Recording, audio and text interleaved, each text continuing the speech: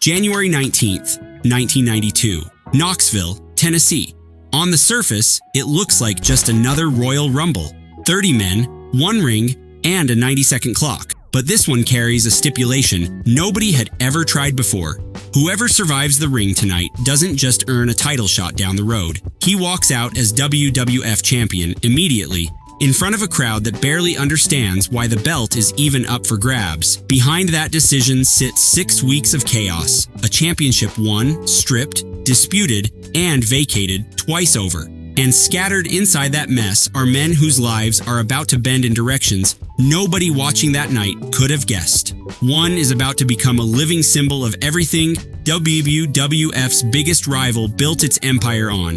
One comes agonizingly close to the top, only to have his career end years later in a moment so graphic it's still hard to watch. And one, wrestling that evening in a cowboy hat and a torn cape, has just over a year left to live. This is what really happened at Royal Rumble 1992. The night wrestling crowned a champion in the ring while quietly writing the opening chapters of some of its darkest stories. Start with why the belt was empty in the first place. Hulk Hogan had lost the WWF Championship to The Undertaker at Survivor Series 1991, with Ric Flair, fresh off jumping ship from WCW, lurking at ringside.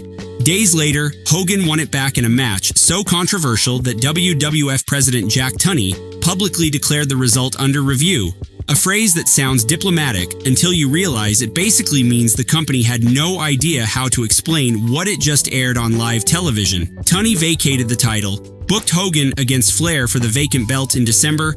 Hogan won again, and then, because apparently once wasn't enough, Tunney vacated it a second time before the Rumble even started. So the winner that night wasn't just winning a wrestling match. He was ending a soap opera the company had written itself into a corner with. Ric Flair entered at number 3. For close to an hour, he outlasted almost the entire field, and when the dust settled, he eliminated Sid Justice to become WWF champion in one of his first major appearances for the company. Sit with how strange that actually was. 6 months earlier, Flair had been WCW's top star and its NWA World Champion, clashing with Dusty Rhodes over booking decisions and fighting for a level of creative control WCW wasn't willing to give him.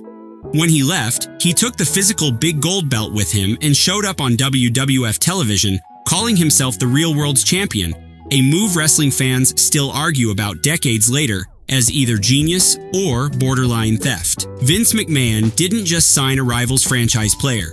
He handed him the promotion's biggest prize within 2 months of his arrival. That's not a push. That's a statement. Sid Justice is the story people tend to forget. Hulk Hogan himself was thrown out of that Rumble by Sid, a moment that got a bigger reaction than most title changes, and it planted the seed for their WrestleMania 8 showdown that spring. Sid came seconds away from winning the whole match that night, and losing it only made him more dangerous looking heading into that program. Sid's career kept climbing through the decade, on and off, but it's what happened years later that people actually remember. In January 2001, wrestling as Sid Vicious in WCW, he attempted a leg drop off the second rope during a pay-per-view main event, and his leg snapped on impact, live, on camera, in one of the most graphic in-ring injuries the industry has ever broadcast. He recovered, almost unbelievably, and even returned to wrestle again years afterward. But that single image outlived nearly everything else about his career. Then there's the man nobody expected to matter most. Kerry Von Erich wrestled that night as the Texas Tornado, part of the famously cursed Von Erich wrestling family. 5 years earlier, a motorcycle accident had cost him his right foot, a detail he kept hidden from fans for years, while wrestling on a prosthetic almost nobody in the audience knew was there. Painkillers followed the accident, and addiction followed the painkillers. Just over a year after this Rumble, facing prison time for a probation violation, Kerry took his own life on his father's Texas ranch. He was 33 years old. Whatever chaos unfolded in that ring in January, it was nothing compared to what was quietly unraveling outside it. The undercard had its own drama too, and it happened fast. 2 days before the Rumble, Bret Hart's Intercontinental Championship was taken from him by the Mountie, Jacques Rougeau, in a Rush television special that leaned on the storyline excuse that Bret was hospitalized and unable to defend it. Roddy Piper stepped in at the Rumble itself and beat the Mountie for the title, capturing his very first Intercontinental Championship after years as one of the company's biggest stars and ending one of the shortest reigns in company history almost as fast as it began. The rest of the card carried its own shadow too. Jake the Snake Roberts faced The Undertaker in a casket match that night, an early showcase for a character barely a year into his WWF run. Roberts, brilliant in the ring and devastating on the microphone, was already fighting addictions that would come to define the next 2 decades of his life more than any championship ever did. His collapse played out publicly, almost unbearably so, in the 1999 documentary Beyond the Mat.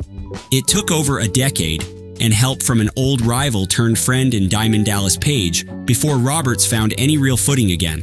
A redemption story that eventually earned him a WWE Hall of Fame induction in 2014, more than 20 years after that casket match aired.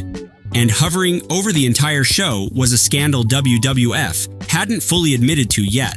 Steroid allegations were closing in on the company, on its biggest stars, and eventually on Vince McMahon himself, leading to a federal trial 2 years later. The Royal Rumble crowned a new king that night in Knoxville. But looking back, it also marked the last stretch of a golden era before the cracks became impossible to hide, one final coronation before the business and several of the men who built it had to face what was coming next.